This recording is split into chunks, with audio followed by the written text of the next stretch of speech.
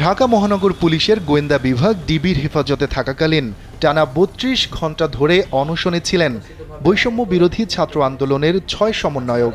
এই তথ্য জানিয়েছেন আইনজীবী মঞ্জুর আল মতিন। বৃহস্পতিবার আইনজীবী মঞ্জুর তার ব্যক্তিগত সামাজিক যোগাযোগ মাধ্যম ফেসবুকে একটি পোস্ট দিয়ে এই তথ্য জানিয়েছেন। ফেসবুক পোস্টে তিনি লেখেন, ডিবি হেফাজতে বন্দি ৬ সমন্বয়ক গেল ৩২ ঘণ্টা ধরে অনশনে রয়েছেন। বলেন, আমি ভাবতাম তোরা নজরুল পড়িসনি, কত ভুল ভাবতাম। তোরাই তো এক একটা নজরুল। ৩৯ দিনের অনশনে নজরুল একাই ব্রিটিশ রাজের ভিত্তি নাড়িয়ে দিয়েছিলেন। তোরা তো অগুন্তি নজরুল, কে ঠেকায় তোদের?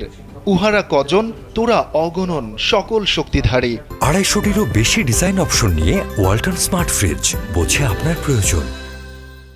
এদিকে আন্দোলনকারীদের ওপর গুলি না চালানোর নির্দেশনা ও কোটা সংস্কার আন্দোলনের ৬ সমন্বয়ককে ডিবি হেফাজত থেকে মুক্তির নির্দেশনা চেয়ে রিটের শুনানি বৃহস্পতিবার অনুষ্ঠিত হয়নি। বেঞ্চের কনিষ্ঠ বিচারপতি এস.এম. মাসুদ হোসেন দোলন অসুস্থতার কারণে ছুটি নিয়েছেন, যে কারণে এই শুনানি অনুষ্ঠিত হয়নি।